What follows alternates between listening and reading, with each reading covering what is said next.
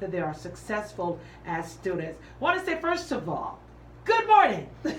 Greetings. How are you this morning, Wendell? I'm doing well. How are you today? I am definitely blessed, and it's so good to be here with you. Wow, it's so great to have you here with us. So much I want to ask you because our audience, is so very much, we here at WAOK, we have our fingers on the pulse of the community, and we are very much concerned about our black students. We're very much concerned about our people, And so I want to ask you, what is your philosophy of education?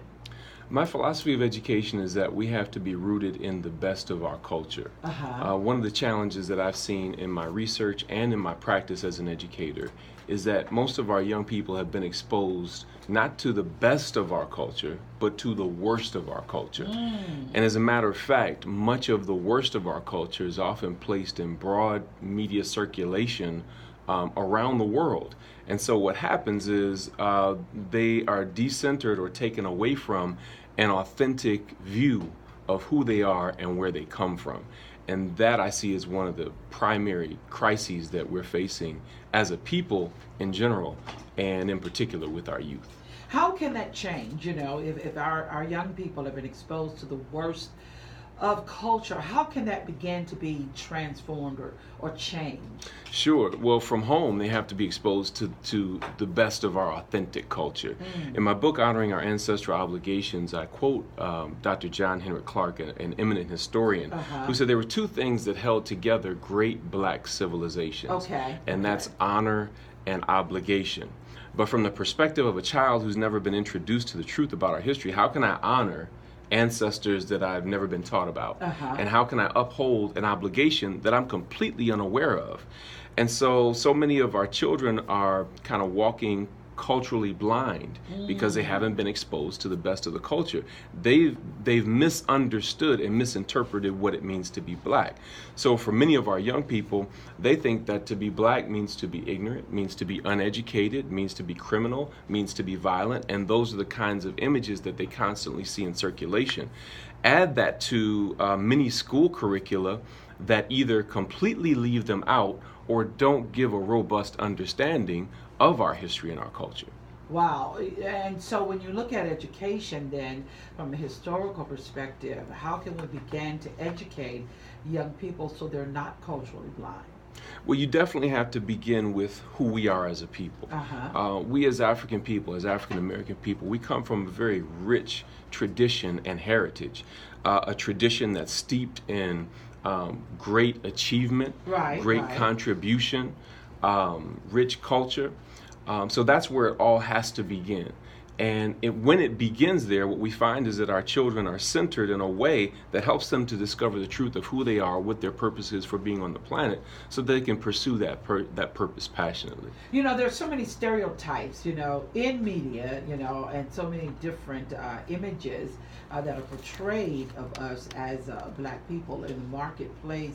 Are there enough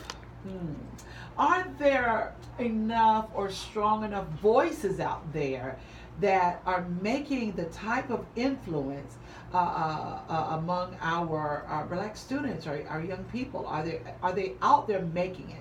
The influence. Sure. There are plenty that are out there. We can always use more, but there are plenty that are out there. And as a matter of fact, through my travels, working with different urban school districts, training teachers and leaders and so forth, I have come across many of the top educators in the country who know how to transform urban schools and increase student achievement in a very short period of time. But you must understand that we're operating within a system wherein some people benefit financially from our failure.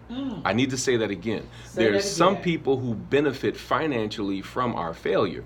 And in a capitalistic system where profit is placed over people, then what happens is that's one of the reasons why we have the pipeline to prison problem. That's because that's big money for some people who invest in prisons. And so we have to make our success profitable. We have to kind of flip the script and really begin to reclaim our young people. But that begins with reclaiming ourselves as adults and taking responsibility for what we have produced. Wow, that's really deep. And a lot of times, adults sometimes may not want to take that responsibility and then take on the challenge to correct the wrongs. Yeah. You know. Well, in all fairness, it is very challenging parenting today. So I'm certainly not here to dump on black parents Oh, because definitely not. it is very challenging, and we're dealing with weapons of mass deception through, as I said, through skillful media manipulation. We're dealing with weapons of mass distraction. So now our children have access to all sorts of anti-human, self-destructive, anti-African images right in the palm of their hands. Yes. And when they yes. have not been raised with the proper morals and values, they will gravitate to many of those types of images and music and media, and they will then begin to circulate that on social media, and then we see a lot of the terrible things that we see happening in our schools and in our communities. So the way that we turn that around is that they must be centered in the best of our values that come from our tradition. We have a tradition of producing educational excellence. We were the first ones to give the world reading and writing and language and literature, mathematics and medicine, architecture and engineering, science and technology. But what has happened is that somehow we have allowed someone to convince our children that they come from a race of pimps, players, criminals, and thugs. And so I call that cultural identity theft. Cultural identity theft. So for us as conscious educators and parents and community members, education is identity restoration. Wow. Okay. Education is identity restoration. Wow, that's good. That's good. We're speaking with Dr. Chike Akua this morning, and about the success of black students must know who we are as students. And so we're going to be talking with him a little bit more about the educational system coming up in the next hour. So stick around. He's here. If you got questions, make sure you give us a call. The number to call is 404-892-2703. We're so glad to have you here. Thank you so much for sharing. More to come. Keep it right here. I'm Wandalyn Stokes on 1380 WAOK.